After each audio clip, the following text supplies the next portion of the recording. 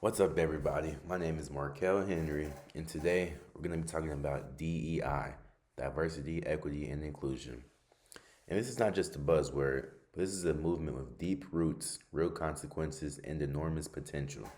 So there's a quote I hold close from Shirley Chisholm, the first black woman elected by the U.S. Congress.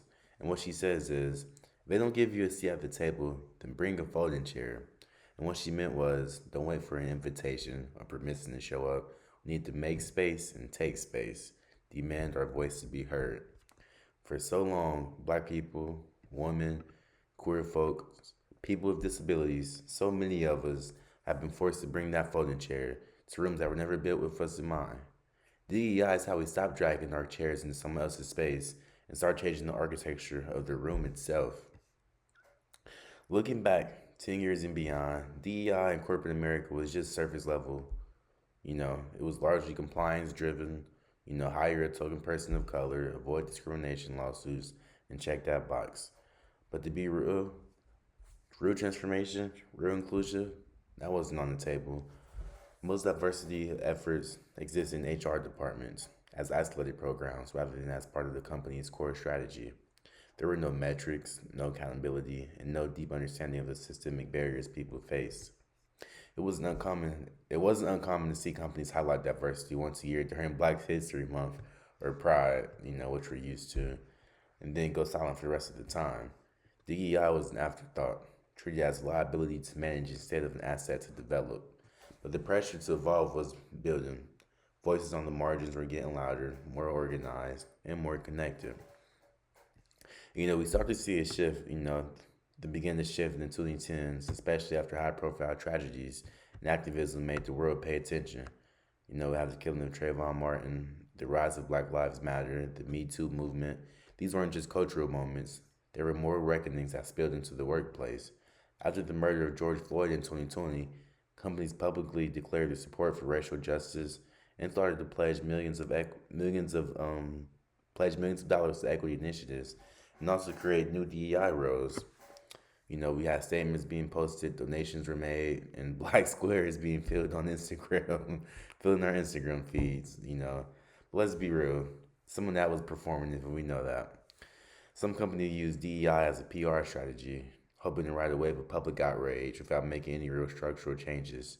The question now is, will companies stay committed to DEI when the pressure is off, or was it just a moment? Because DEI is in the marketing campaign, it's a mindset shift. It requires rewriting the rules, redistributing opportunity, and reimagining what leadership looks like. More recently, we've seen backlash. Some DEI programs are being defunded, politicized, or dismantled altogether. But that's exactly why we need to double down and not back down. One person who speaks powerfully to this is Nina Turner. She's a former Ohio State Senator, a national co-chair of Bernie Sanders' campaign, and an unapologetic advocate for equity and justice. She once said, "You can't just sprinkle a few folks of color into a broken system and call it diversity, and don't change anything else." And she's absolutely right. Real DEI is about systems change, not service level diversity hires. Inclusion is not assimilation. DEI isn't about optics, it's about power sharing and policy. And Tony reminds us that real change means examining the roots of inequality in hiring, compensation, access, and leadership.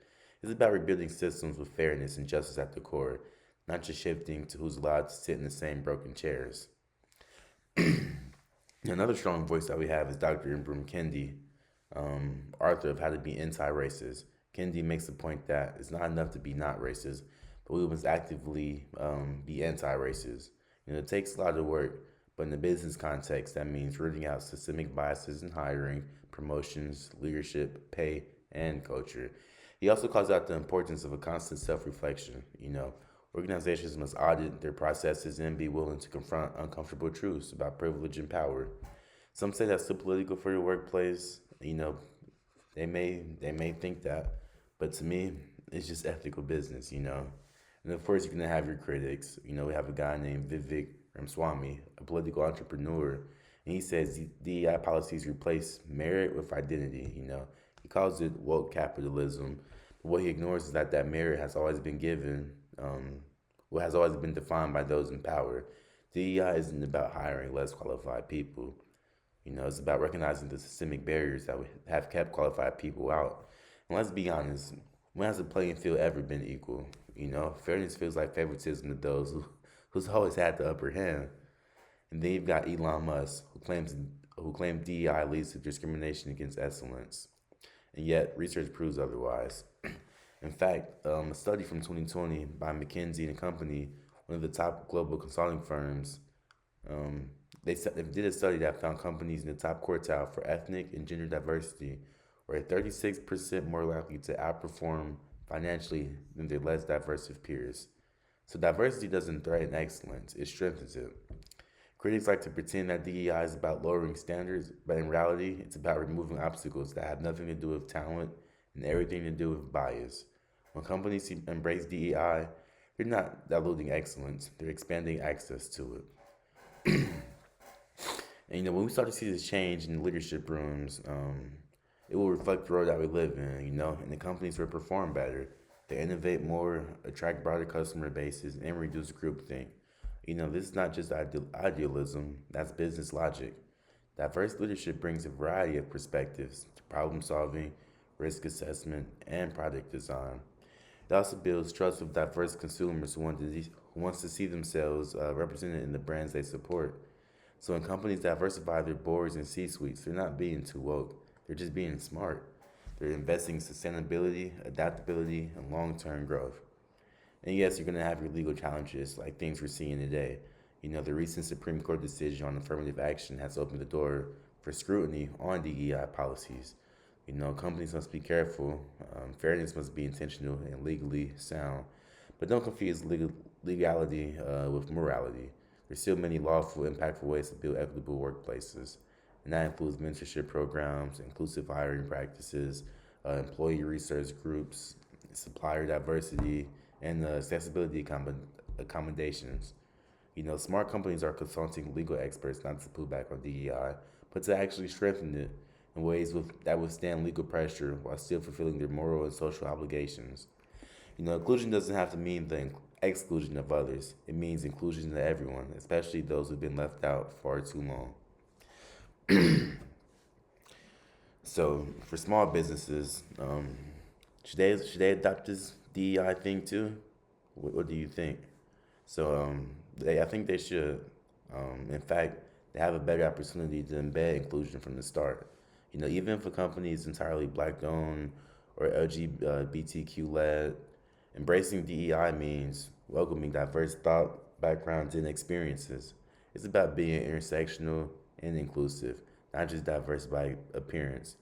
Small businesses also tend to be rooted in community. That gives them the chance to lead in hyperlocal DEI efforts, hiring returning citizens, mentoring youth talent, creating safe spaces for underdeserved populations, and they can experiment, learn, and lead by example. And because smaller organizations are often more nimble, they can lead the way in creating inclusive cultures where everyone is empowered, not just accommodated. And speaking of intersectionality, let's talk about Kimberly Crenshaw.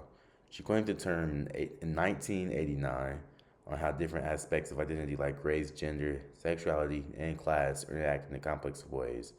She has a TED talk called the urgent. I'm sorry. She has a TED talk called the urgency of intersectionality, and she talks a lot about that, specifically between being the black and being the woman as a whole. But back to this, a black woman doesn't experience racism and sexism separately. She experiences a specific kind of oppression that's unique to the intersection of both. And that's crucial in business. Workplace might be diverse by gender, but if a black woman still isn't promoted, that's not equity. You know, intersectionality forces us to go beyond just checking the boxes. It asks us to look at the full picture of someone's experiences. It reveals how systems of oppression overlap and how one size fits all solutions often fail the most vulnerable. It's a framework of understanding complexity and designing equity that reaches everyone, not just the loudest or most visible. And if we don't account for those layered identities, we risk designing policies that serve no one fully. So let me talk about my experience for a minute. So I went to Ohio Wesleyan University, a small liberal arts school. It's a predominantly white institution, but I saw firsthand how DEI efforts and initiatives changed things. From recruiting more students of color to creating safe spaces for dialogue, to making sure Black students were represented in student governments and clubs. DEI helped level the field. It helped people like me feel seen, heard, and valued in a space that wasn't made for us. And that's what real DEI looks like. It's not about quotas, not PR campaigns, but actual equity and experience. And so, where do we go from here? We need to protect and expand DEI. We need to keep evolving, not because it's trendy, but because it's right. My prophetic projection: the companies that will win in the next decades, they'll be the ones that embrace change, not resist it. The ones who build new tables, not just invite us to theirs. You know, we can't go backwards. We've dragged folding chairs for too long. It's time to build bigger tables. You know, tables where we don't just fit in, but tables where we belong. Tables where we're leading. DEI is not just corporate responsibility, it's a corporate humanity. It's a work of justice. One policy, one hire, one break conversation at a time. And if we stay committed, if we lead with both heart and data, if we listen, really listen to those at the margin, we won't just change boardrooms, we'll change lives. Thank you.